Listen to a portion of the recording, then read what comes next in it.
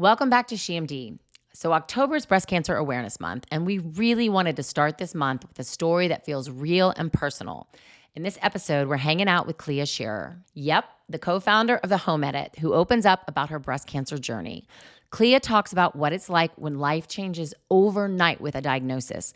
She shares how she kept going through treatment, balanced her family and career, and even leaned on her love of organization to get through the chaos. What I love most about Clea's story is that it's such a reminder life doesn't stop with a cancer diagnosis.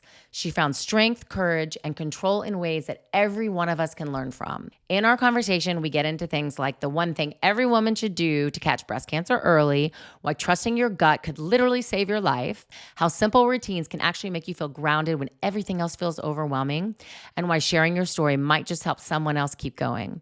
As always, we'd love to hear from you. Find us on socials at SheMD Podcast and check out our websites, shemdpodcast.com and OV.com. That's OVII.com for resources and support. All right, let's dive into this episode with Clea Shearer to kick off Breast Cancer Awareness Month.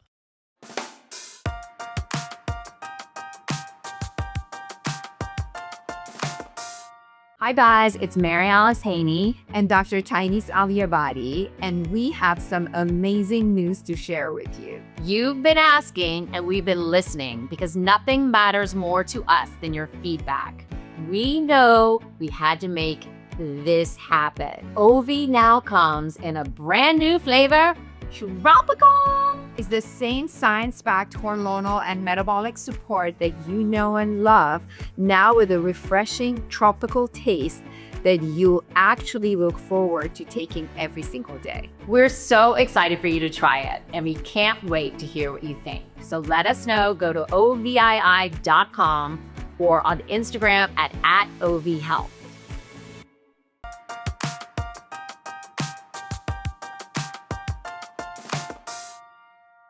Hi, guys. On today's episode of SheMD, we have my friend Clea Shearer. She's written this incredible new book called Cancer is Complicated. And you know her from The Home Edit, an extreme makeover home edition. She's built a global brand around her amazing organizational skills, something that I do not have. We did the Hello Sunshine event.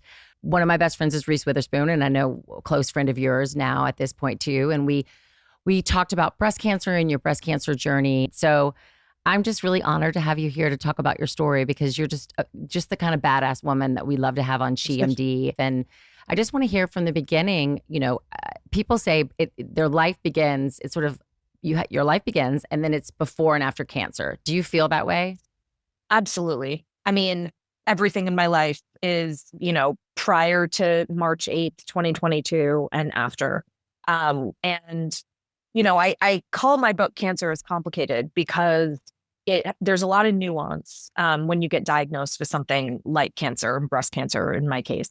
And there's so much perspective you gain. Obviously it's a very hard road and I'm not done on the road. I'm still very much in my journey right now. And but there are these beautiful moments. There are really touching moments. There are moments that you really have to grapple with your own identity and it is just, again, there's so much nuance. And so the old me, the before cancer me is very different from the me now. And I'm not upset about that. I think that I am a better person.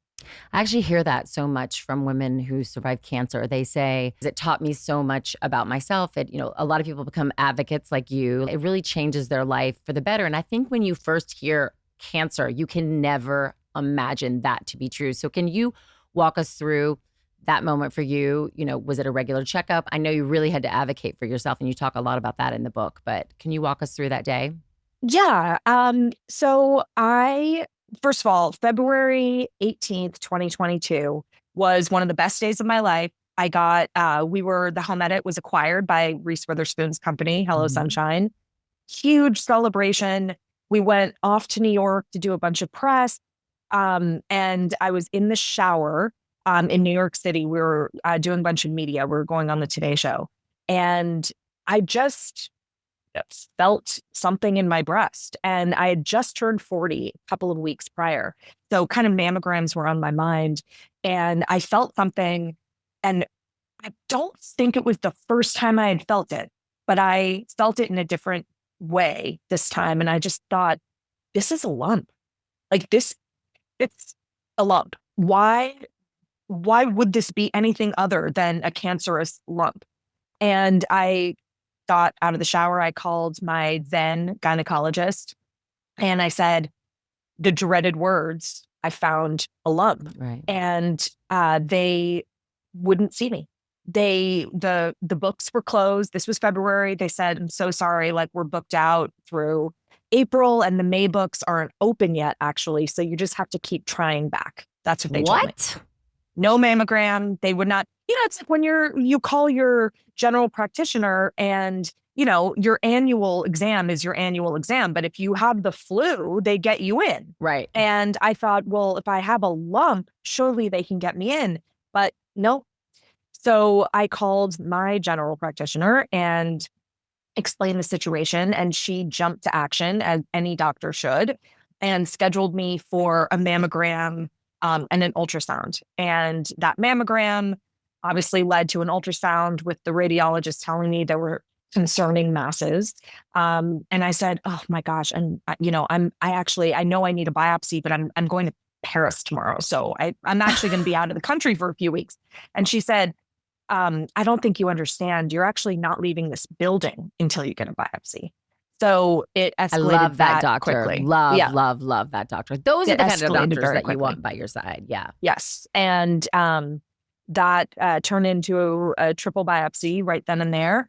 And the radiologist, of course, you pump information from anyone who's working on you. I'm like, is it cancer? And she's like, all I can say is that they're concerning masses and we're going to biopsy to actually inform us. But when I was getting the biopsy, I asked the radiologist in there, I said, could it be anything else? And she said, honey, you have cancer. Oh my God. Yeah. And those words really just changed my life. I think about them all the time. So, but yeah, I found my own cancer and I did what I thought was responsible, which was try and get immediately seen. And I got turned down. So I tell everyone all the time, you are your own best advocate. You are also your own best medical advisor. If you do routine exams, you will likely find your lump before a mammogram does. So it is really important to always prioritize your health, take it in your own hands, and advocate for yourself, even when other people tell you no. With Dr. A in her office, she wants every woman to know their lifetime risk of breast cancer like they know their social security number. So if you qualify, then she has everyone do the MyRisk genetic test. So did you take a genetic test or the lifetime risk assessment before? I had not done anything. I just figured, I had just turned 40. Right. It just didn't feel, I have 0 female cancers in my family on either side, not a single person.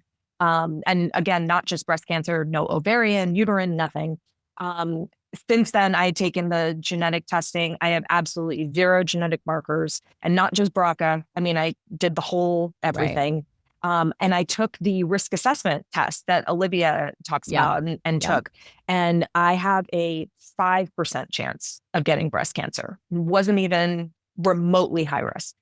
And I want to remind people, it can happen to you, even if it seems improbable. And not only did I obviously develop breast cancer, and by the way, I took the test as though I was pre-cancerous.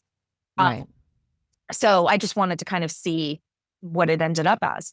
And it was not probable for me to get cancer. When I was diagnosed, I wasn't just diagnosed in a small way. My cancer is extremely aggressive. It's fast moving. I have a high risk of recurrence. I live with it every day in my head. I'm medicated, I'm hormone positive. So I have the benefit of being able to take medication to, stop hormone production. I have another surgery coming up in a couple of weeks. It will be my 11th surgery. I've been through it, and not a single thing would have suggested that I would have gotten cancer, and I did. So I'm begging people to take it really seriously for themselves.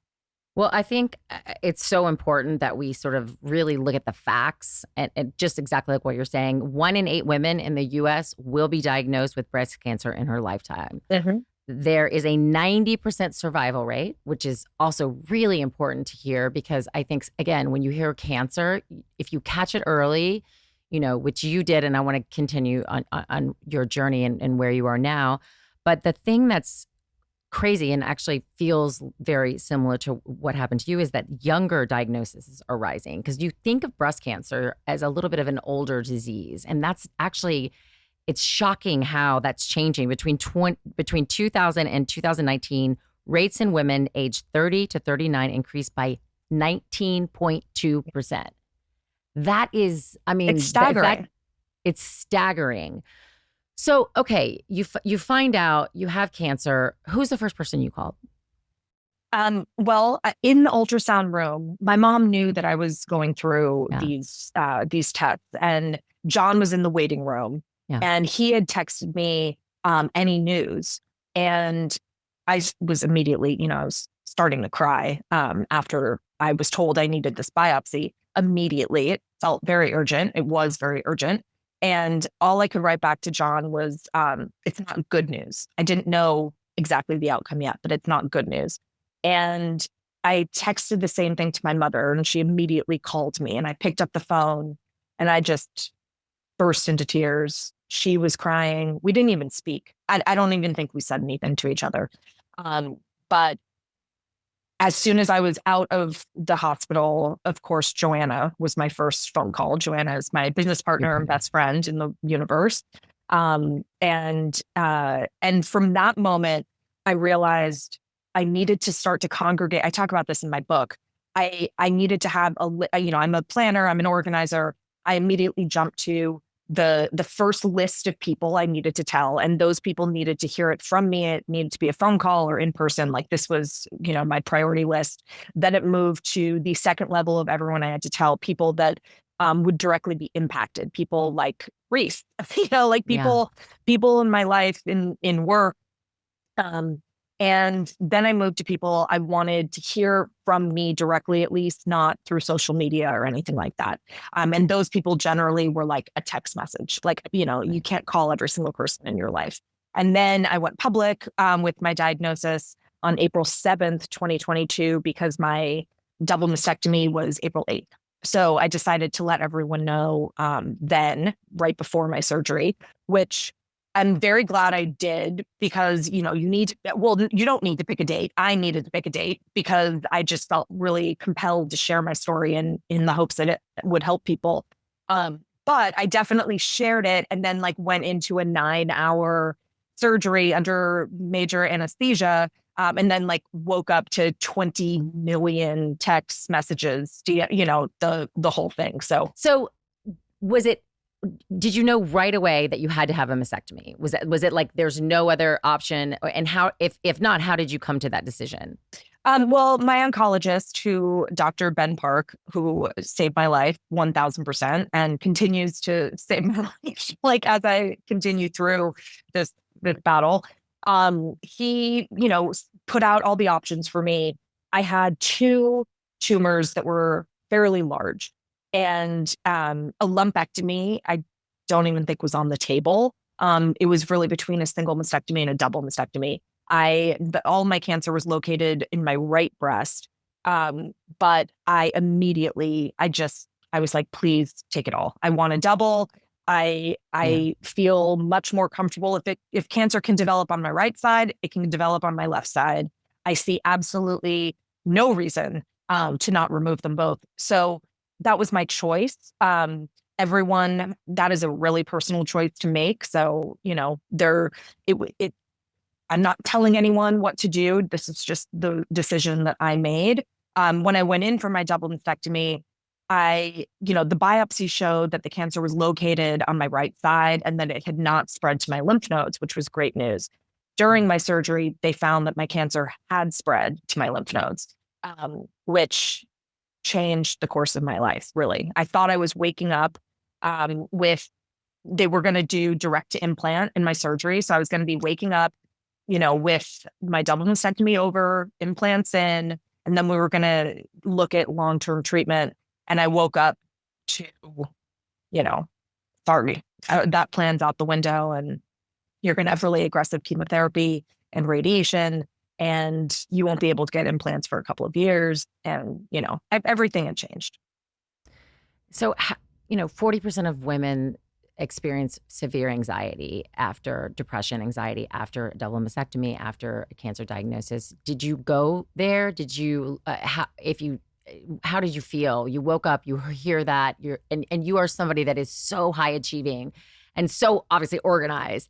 It's just, did you just take all those skills in and say, okay, I'm going to fight it, and this is what I'm going to do, and I'm going to do exactly what I did in my career, and I'm going to do bam, bam, bam. What was your mental state like? Well, let me just say, and I do talk about this in my book too, I deeply struggled with depression, but it wasn't until I was done with treatment. I had a really dark period afterwards, and in the only way I could describe it is kind of like postpartum depression. Like after I was done with my treatment, it should be the happiest moment in your life, and you're just like really battling. But when I was told that I had more cancer than anticipated, and this year-long kind of treatment plan was laid out for me, I just decided I was going to fight like hell. And cancer had met its match. It had no business messing with me. And I just every day was a plan of attack. Every day I was going to fight so freaking hard. I was going to keep my head up.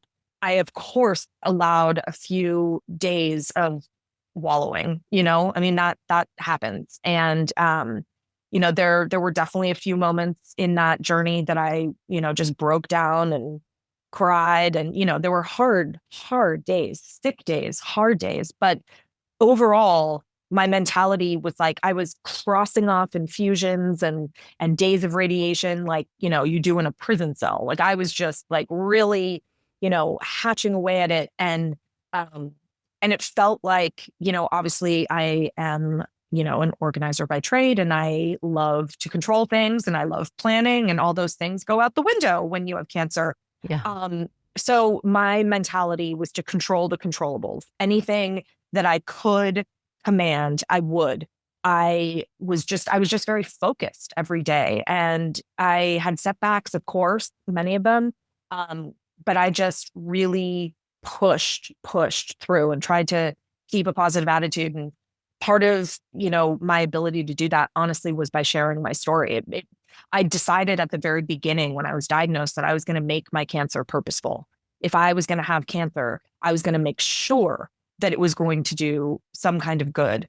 And I still believe being able to share my story and everything that I've been through and that I go through with other people, even strangers, friends, friends of friends, everything that I go through with telling my story and with working with other cancer patients or loved ones of cancer patients, to me is the greatest privilege of my life. So I feel honored, to have been able to play this role. And I think that, you wrote the book. You said you wanted this to be the book that you wish that you had had. Yes. And it's really true. I was looking around and sort of what else was out there, in the research, and there really isn't anything, but you really do talk about the things that are things you want to know. It's a companion piece. What to wear, Yeah. What to wear to chemotherapy, what foods when when your taste buds are destroyed at that point. I think that's amazing. And that one of the things that struck me when I was thinking about that was thinking about your children. How did you tell your kids?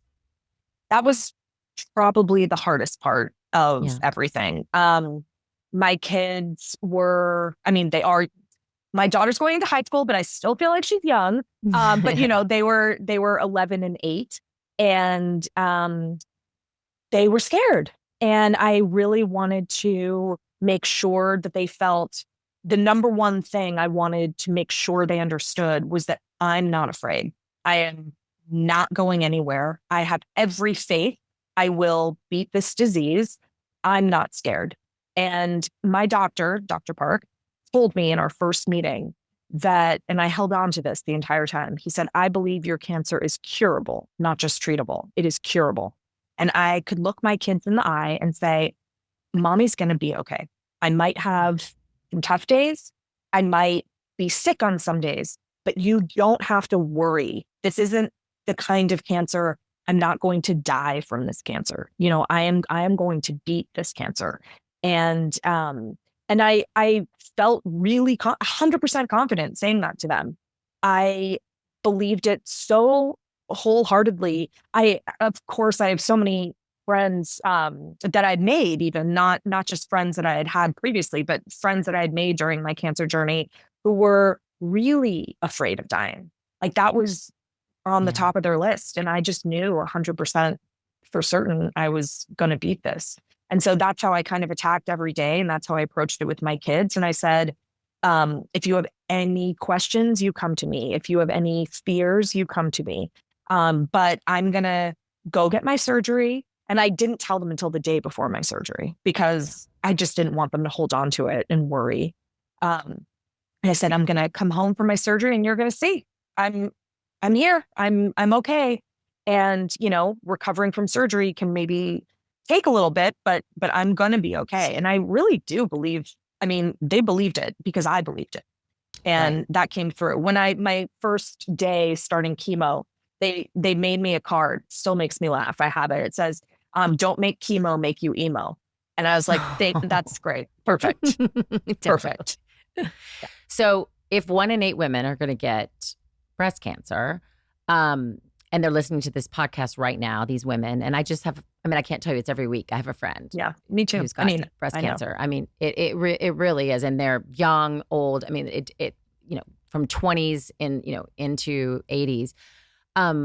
What advice, like if you had to say, and by the way, just read this book. You want to know how to tackle this and first of all, your story is incredible and it is so inspiring, but also read the book, number one. But what do you bring to chemo? Like, well, I have a whole list of things that I brought. Again, I really want to make sure that in this book, it comes across that I am sharing what I did, not what other people should or need to do. But I think that there are a lot of very like general things, even if you don't prescribe to like this particular type of snack, bring snacks, you know, like there are things like that. Right. What do you wear to chemo? Okay. So chemo, you get a chemo port put in your chest, and that is where it saves your veins from, infusions and stuff. So you get a chemo port inserted in your chest.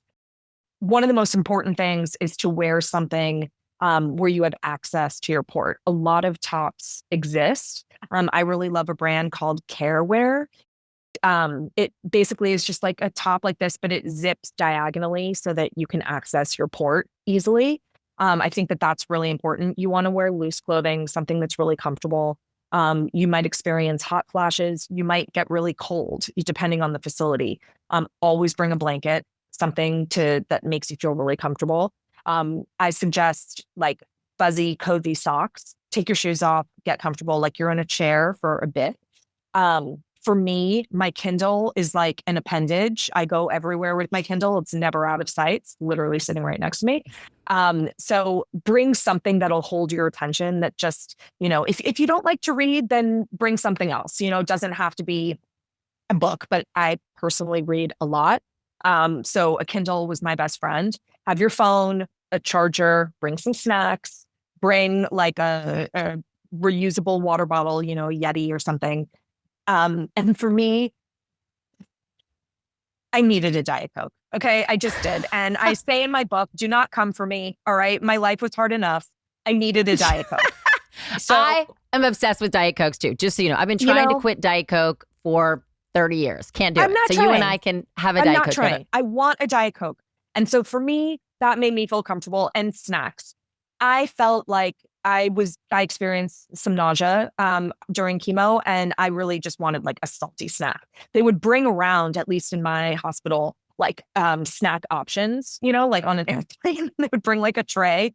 I always got the Fritos. I just wanted something salty and crunchy And, but something to entertain you, something to make you cozy, something to snack on and sip on. And I think that is really helpful. A lot of people also really like to carry ginger candies or something like that if you're nauseous.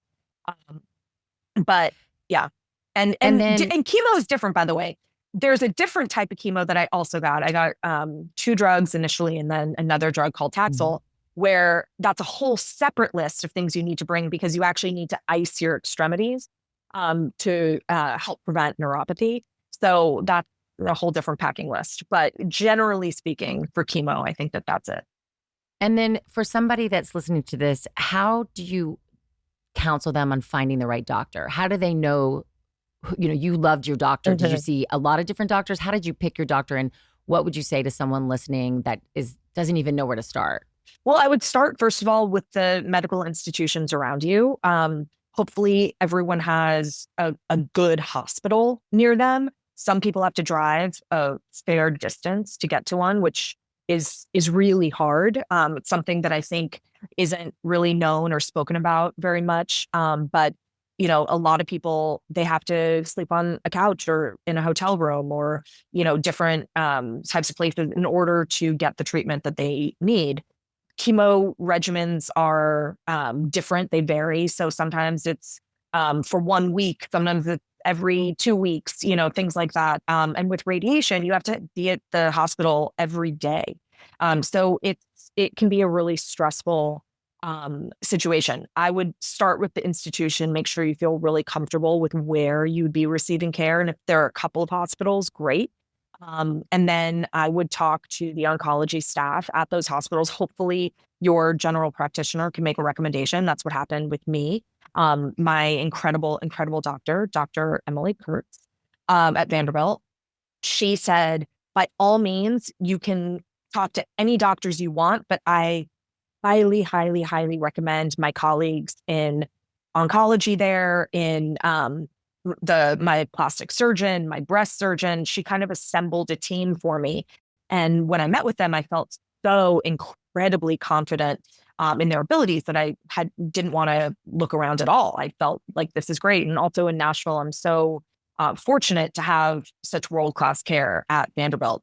But in LA, for instance, you might choose UCLA, you might choose Cedars-Sinai. There are different places to go to. And I think that when it comes down to it, you want to make sure you're really comfortable with the facility. You want to really have a good rapport with your doctor. Make sure you feel not just confident in their abilities, but in your ability to have a conversation with them. I think so much about this journey. You have to speak up when you experience side effects or things that are, you really need to have an open line of communication. Ask them, are you available to text? Are you available for phone calls? How do I get in touch with you? How do I message with you and make sure that we can be in touch whenever I need you? I think that those things are really critical. And if you have a really good rapport with one person versus another, go with that. Go with that. But I also want to remind people too, if they have different facilities, cancer treatment is really hard. And if there's something that makes your life easier, like for instance, LA, if I lived closer to Cedars-Sinai, I don't know that I would want to go all the way to UCLA. Think about it. I mean, you're there a lot. So take all those kind of considerations into account. So, was there a person in your life or a moment that sticks with you now in terms of, sometimes I feel like you don't know what to do as a friend when your friend has cancer, you don't know what to say. You don't do you bring a casserole? Do you say like, fuck cancer? Was there anything that happened during this journey with a friend or a loved one that really stuck with you that maybe you'll take on yourself? Well, one thing that, I had a million things stick with me in terms of how thoughtful and generous everyone was with their time, with their love. But one thing I'll say that I just want to put out there to everyone, because I think it's important, is, once you announce to people that you have cancer, there's that headline and you get a rush of support and a rush of love. And then maybe after a surgery or when you start chemo, you get kind of a rush because those are big headlines. But cancer treatment is long and it can be really lonely. And you get sad some days and you almost feel resentment too for everyone around you just living a normal life, going to concerts, going on vacation, doing things you can't do. And those quiet moments when no one's calling, no one's texting, no one's sending you anything can feel really depressing, and you can really spiral. I went down some dark holes at that moment when I kind of realized like the phone had stopped, like the doorbell stopped ringing, that kind of thing. And I just want to remind people, to anyone listening, that treatment is long, it's hard. And if you have someone that you love that's going through it, check in a little bit more often than you normally would. You know, it doesn't have to be all the time, but like, you know, you just kind of, you can't get out of your head that you have cancer. You don't get a minute without thinking about it. And it can feel hard when people that you love, I mean, understandably, they don't think about it every minute. You know, that's our job as patients, but it goes a really, really long way with just to check in, a text, a note, a stop by, you know, nothing major. And it really makes a difference in someone's life. You talked about being depressed at, at the end of your treatment, and how did you get yourself out of that? And how did you keep your body healthy? Were there any things that you did? Did you change your workout? Did you add vitamins? Were there any tips that you want to give us? I talked to my doctor, and I think that is the most important thing. I had several side effects occur during my active treatment, where I realized, talk to your doctor and they will figure out a solution for you. And I was really, really, really struggling at the end of treatment. I felt like I was just kind of dropped into outer space. And I'd been like marching along with my marching orders every single day with a plan. And then at the end, I was just like dropped into the universe. And just, you don't know, did chemo work? Do I still have cancer cells? Is it going to come back? Like it's a very kind of scary type of situation. And I just, I did talk to my doctor. They adjusted my medication in all different kinds of ways. I was also experiencing some side effects with different medications that I was on, not just for my mental health, but for overall, cancer preventative medications. And they were able to adjust a host of things and kind of get the right combination. And the more I moved on, I think time also helped. And I really tried to focus on things that would make me feel good. I felt really broken at the end of treatment. And I couldn't access happiness. And even in situations that were extremely like happy, like I should be, like we went on a family vacation to Hawaii. Why isn't this making me like, why I felt broken? I felt like I couldn't access the joy. And so time helped with that, and just continuing to do things that fed me, getting my strength back, my stamina back, being able to go on longer walks, just trying to get back to work and, have some normalcy. I feel like, they all kind of add up, but I definitely believe that the combination of my medications and moving things around gave me the strength that I needed, honestly, to kind of push forward. And where are you now? How many surgeries have you had? In 2 weeks, it'll be my 11th surgery. And it's a big one. I'm getting the latissimus dorsi flap surgery, where they cut into your back and take like muscle and tissue and skin and rebuild my right breast. After a series of complications and infections, I had a surgery a couple of months ago where they had to remove my right breast again. So I kind of have a single mastectomy right now. And this is to kind of rebuild my right breast and chest wall because there's nothing there right now. So, and that's the other thing too. I have a lot of people, there's a misconception when they're like, well, why don't you just go flat? Like, go flat. It's fine. When you get your breast removed, you are not flat. You are actually concave. They took out everything. Like I don't have flesh. It's just skin and bone. And, I don't judge people for their choices of what makes them feel whole or not whole or good or not good. So, well, I was actually going to ask you that. Has your relationship with your body changed? How has it changed? yes, it's changed in a lot of ways. First of all, I appreciate my body for fighting so hard and being so resilient. And, once you go through something like cancer, the fact that your body was the tool that fought it off. I mean, along with, of course, medicine and things like that. But like my body is what got me here today. I have a lot, I've had a long journey with reconstruction, a lot of starts and stops. And, you know, I don't love the way I look right now. Like I wish I could say that it didn't bother me at all, but it does. Like every day getting dressed or taking a shower, or it's hard. And I have to think about what I'm going to wear, and if I'm going to wear a prosthetic, or if I can wear something baggy enough, I mean, like it's tough. And you end up having a complicated relationship, potentially, at least I do, with the way I look. And, I think that that's just my honest truth is I try really hard to push through and just be like, you know what? And I share it online. I'm like, you know what? Today I decided for the first time, I'm going to wear a summer dress. I'm going to wear a dress that has straps. It's the kind of dress that you can't really wear a bra with. And it's noticeable because I can't wear a prosthetic, and I am just going to do it. And I'm going to push myself. And I decided that I just am going to do it, and I don't care.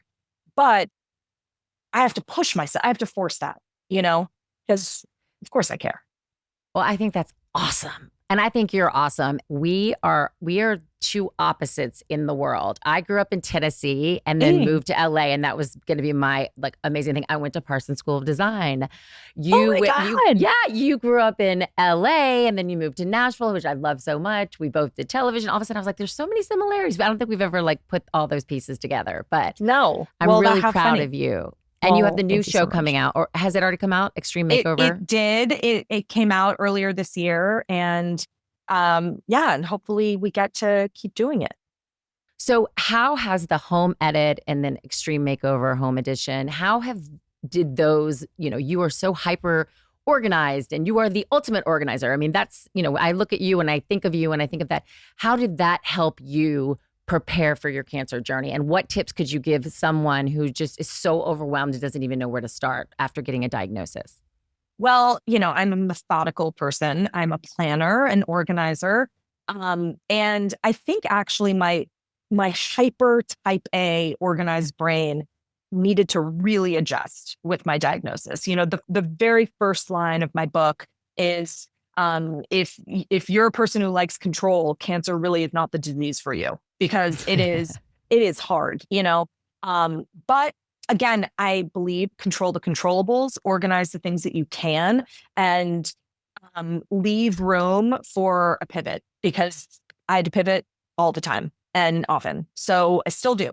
But again, even starting with making my list of who I was going to call and when, in which order, listing out, I literally have a kind of chart for my medications, for my appointments, I just did what I could, and it gave me a sense of a semblance of control. And I think that with a disease that is so out of your control, it's nice to have just a few things, that you can kind of manage on your own. And again, you just have to be very comfortable with a pivot and very comfortable with having your planning go right out the window, which, I was not so comfortable with that, but I found new strength in my journey, and that was part of it. What would you say to that woman who's first gotten her diagnosis? She's just heard it. And what did you wish you had known? I mean, you put a lot of it in the book, but if you could talk to that girl right now, what do you wish you had known that you want to give her for advice? The number one thing I wish I had known is that I would actually experience more good days than bad days. That I wasn't just going to be bedridden and sick every single day, that I was going to be able to still go out to lunch and live a life and be there for my kids and not just, I wasn't going to be an invalid. And I had, you do have your sick days, but especially with chemo. You have fatigue, you have a lot of things that you're battling, but I had a lot of really good days where I was able to enjoy myself and take long walks and, get into a new TV series and eat dinner out. And, your life doesn't stop with a diagnosis. And I really wish I had known that, because I immediately started to mourn my life. As soon as I got diagnosed, I thought, where am I ever going again? Why? I'm not going to shop. I'm not going to wear outfits. I'm not going anywhere. I'm just going to be in pajamas in my bed. And that's just simply not true. So, and everyone experiences things differently. So I don't want to say that categorically, but from pretty much every single friend I have, stranger I know, I think that what I experience is general enough to provide that same kind of advice, which is just know that your life doesn't stop with a diagnosis. You have days that stop, you have days that you're just not doing great, but you will hopefully have more good days than bad days. And I love what you just said. I just am so proud of my body for fighting for me, because we have a lot of young girls that listen to this podcast. And I think when you're young, you're just, you have this sort of oh, my boobs aren't what I want them to be, or my butt's this or that. And then when you're faced with a health crisis, you realize health is wealth. It's all about that. And what your amazing body is able to do to heal you and help you. So you're such an awesome example of that. And I'm so excited for your book. And I'm just going to say this very clearly. 1 in 8 women are going to get breast cancer. So if it's not you, it's your sister, it's your mother, it's your best friend. So please, this book is a must-have read. Cancer is complicated. Go out and whether you have cancer, you have a friend that has cancer, you just every woman, and actually every man too, please go out and buy this book. Cancer is complicated. Thank you so much for spending this time with us. You really are such a badass. You're a warrior. You're a woman warrior, and I'm just very thankful that you spent this time to share your whole story with our listeners and viewers. Well, thank you so much for having me. It's a real honor, and I love seeing you.